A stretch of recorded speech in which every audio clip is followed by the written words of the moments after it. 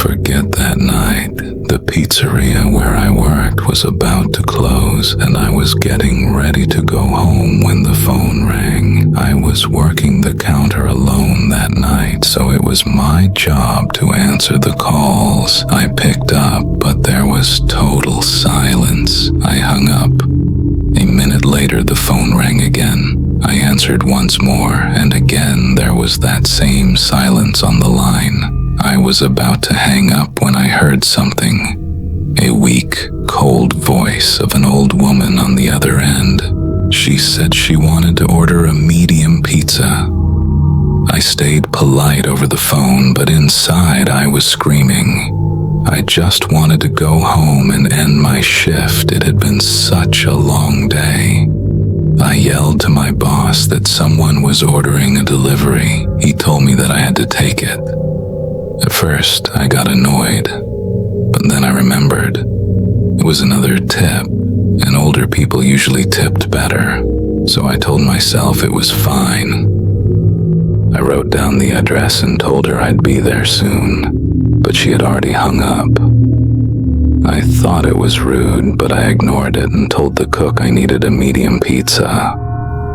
My boss said I could go home after the delivery since we were closing soon. A little before 10 p.m., I got into my car and entered the address into the GPS. The house was about 10 miles away. The GPS took me to a quiet part of town. When I arrived, I saw a small one-story house in a calm, empty neighborhood. I grabbed the pizza and walked to the door. I rang the bell, but no lights were on. I hoped I hadn't gotten the wrong address. I rang the bell again, no answer. I was about to leave when I turned my head and saw someone standing at the window. Honestly, I got scared and took a step back, but eventually, I walked closer to the window to see who it was. It was clearly an old woman, probably in her late 80s. She was staring straight at me with a blank expression. I shouted through the glass, "Ma'am, I have your pizza." She didn't react, so I shouted louder. That's when I saw it, a wide smile slowly spreading across her face. I remember it wasn't a pleasant smile, it was the kind that makes your skin crawl, even years later. I decided I'd had enough and went back to my car. I tossed the pizza on the passenger seat. I texted my boss quickly to tell him what happened, then started the car, ready to leave. I glanced to my right for one last look, and there she was, standing right outside my window, staring at me just like before. I hit the gas and drove off without looking back. My boss never made me do a night delivery again.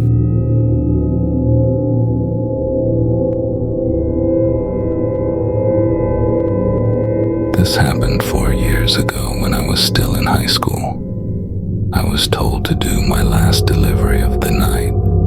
I drove my old 1999 Camry, perfect for deliveries, and entered the address into my phone's GPS. It was getting dark, probably around 7 p.m. After about 15 minutes of driving down forested dirt roads, I arrived. The place was an old wooden cottage sitting alone in the middle of nowhere. The grass was knee-high and the house looked abandoned. Still, I grabbed the pizza and knocked. Within seconds, I heard footsteps approach from inside. They stopped right at the door. I felt uneasy. "It's the pizza guy," I called out. A harsh, low voice said, "Bring it out back." Something felt wrong. I hesitated and asked, "Are you sure, sir?" No answer.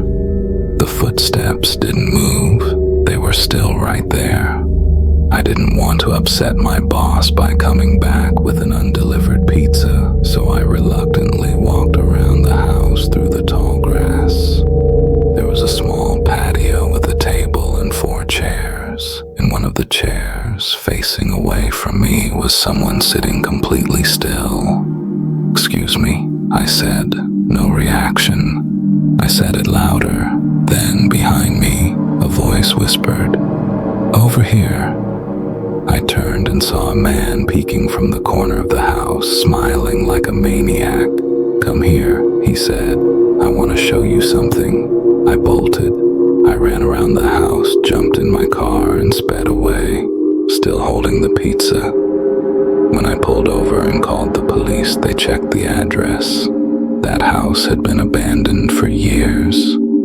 I quit my delivery job a few days later. To this day, I still wonder who or what was sitting in that patio chair.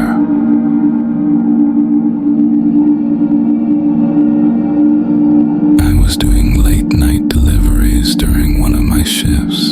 I lived in the Poconos, very rural, surrounded by trees.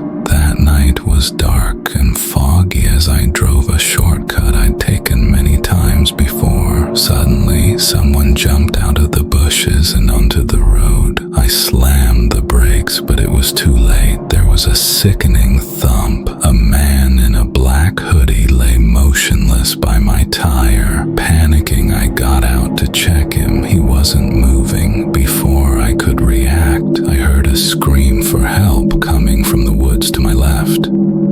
I froze. Someone else was out there. I thought I could help, so I left the man and walked into the woods, calling out, "Where are you?" Silence, then a crunch of leaves.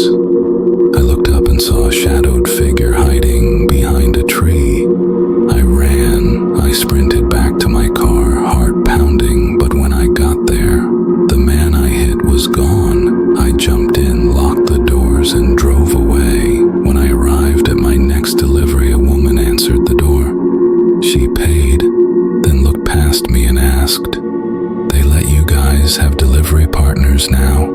I frowned. "What do you mean?" she said. "The man sitting in your back seat." My blood ran cold. I turned around and saw a figure sitting behind me. I grabbed her phone and called the police. By the time they